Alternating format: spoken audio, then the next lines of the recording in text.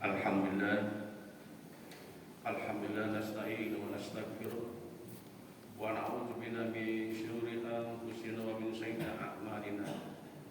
May yahdihillahu fala mudilla lahu wa man yudlil fala hadiya lahu.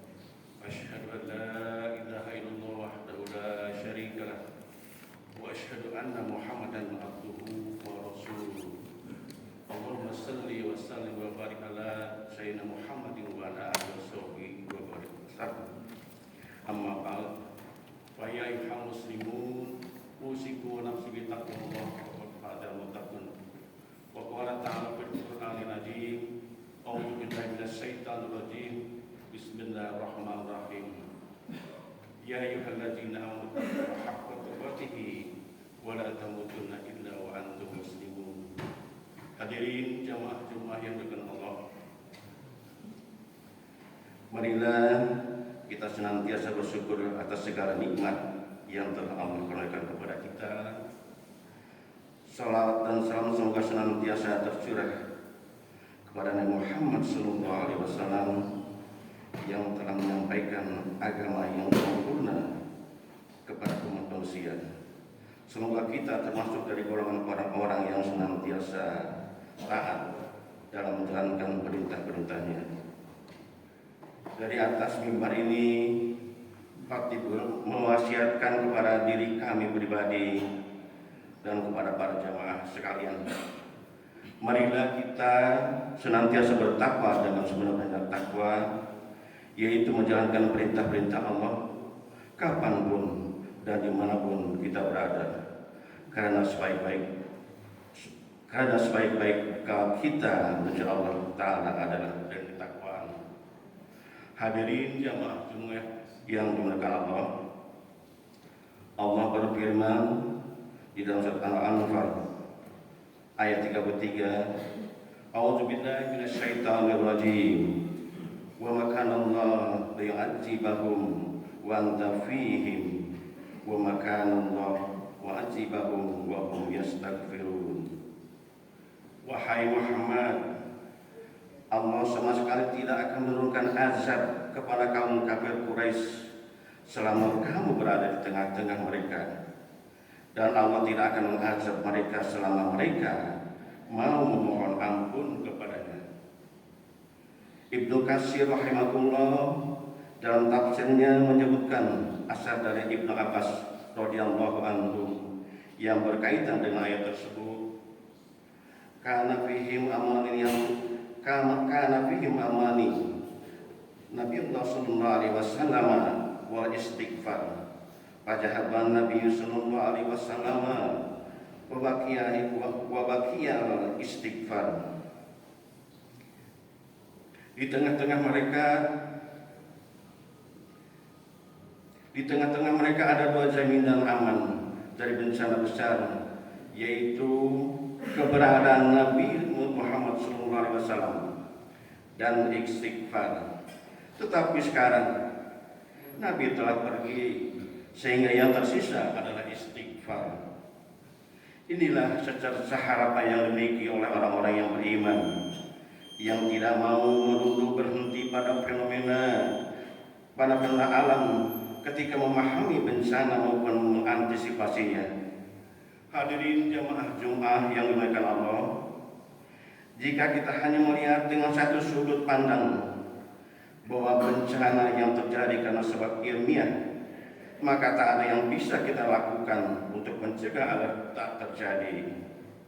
Mungkin kita bisa menyiapkan antisipasi menghadapi kemungkinan bencana seperti gempa misalnya, namun alat tercanggih belum bisa mendeteksi secara akurat kapan waktu gempa bakal terjadi dan di mana. Apalagi alat untuk mencegah agar bencana itu tidak terjadi. Tapi sudut pandang iman mengajarkan kepada kita tentang jalan keluarnya. Kita bisa berbuat sesuatu untuk mencegah terjadinya bencana. Tindakan pencegahan yang paling jitu adalah dengan meninggalkan dosa dan kezaliman. Karena Allah tidak akan menghancurkan penduduk suatu negeri kecuali jika penduduknya suka berbuat zalim.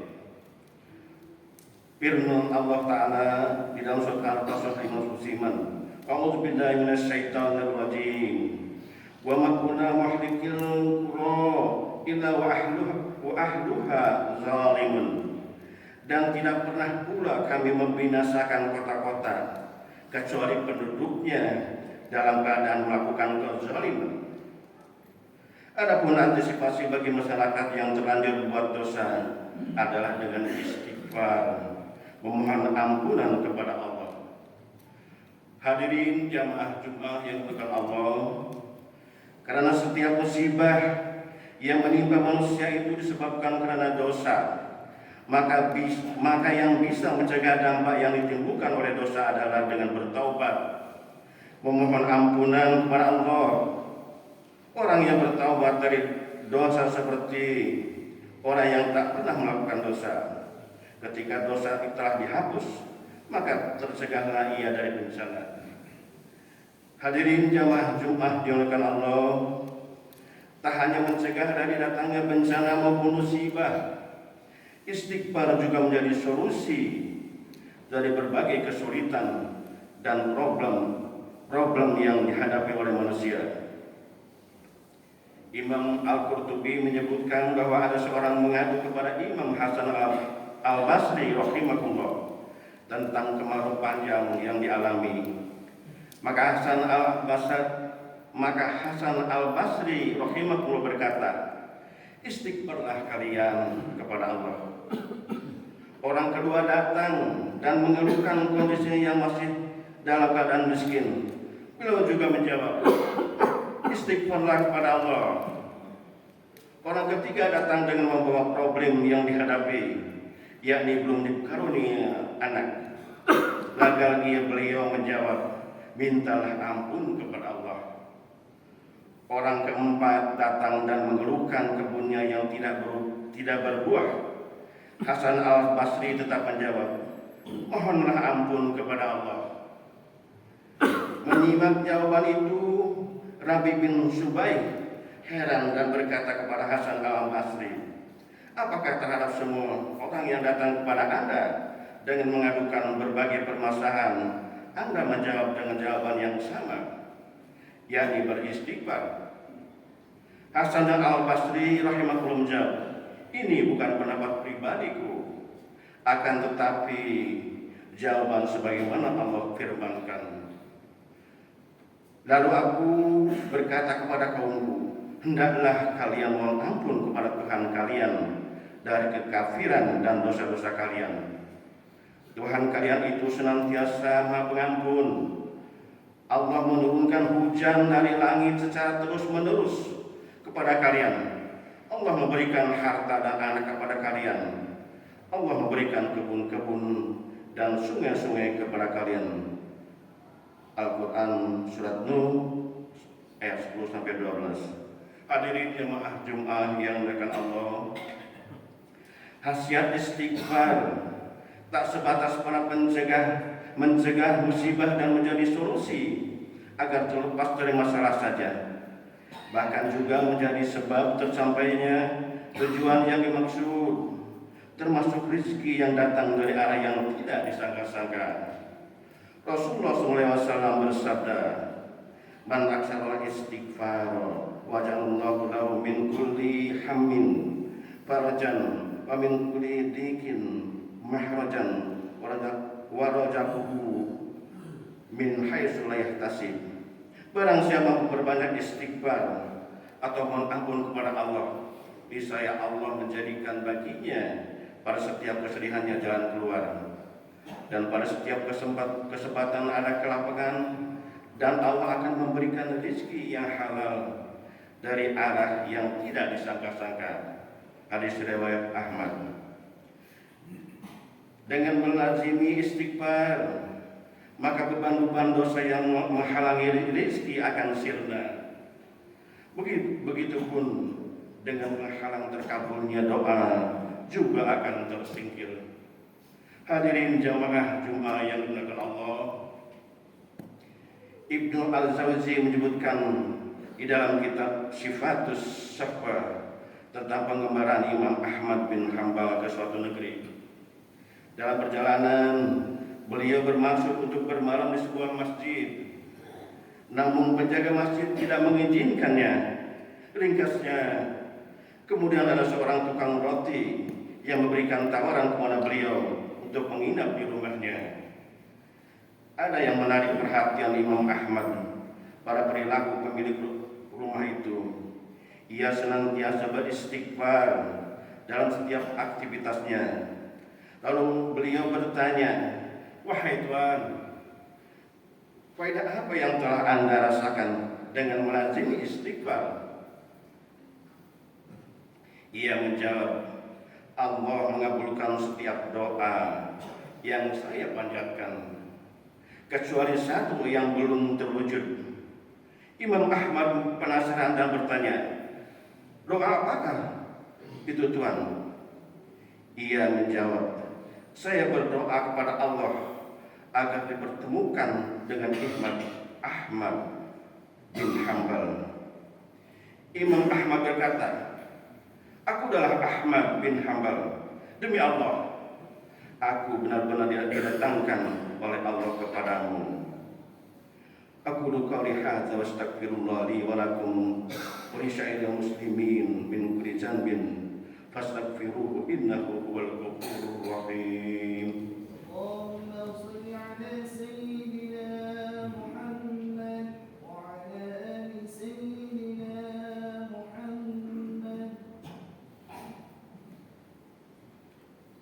Ahmadu rabbi washkuruh wa asyhadu an la ilaha illallah wahdahu la syarika lah wa asyhadu anna nabiyyana Muhammadan abduhu wa rasuluh. Allahumma shalli ala nabiyyina Muhammadin wa ala alihi wa man tabi'ahum bi ihsan ila yaumiddin.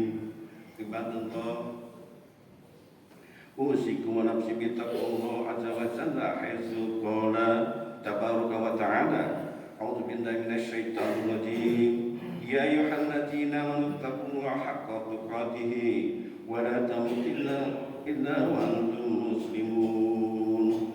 Allahumma ighfir lil muslimin wal muslimat wal mu'minin wal mu'minat al ahya minhum wal amwat innaka samiun qaribun mujibud da'wat.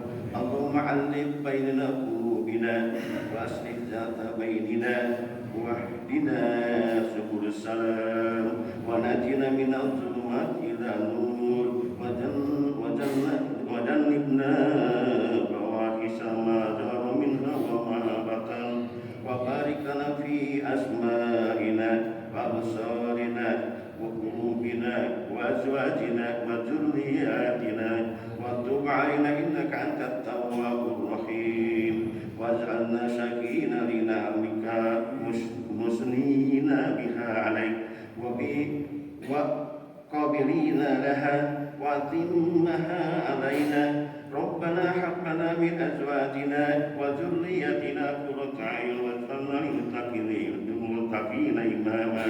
Allahumma inna nas'aluka al-huda wat tuqa wal afafa wal ghina.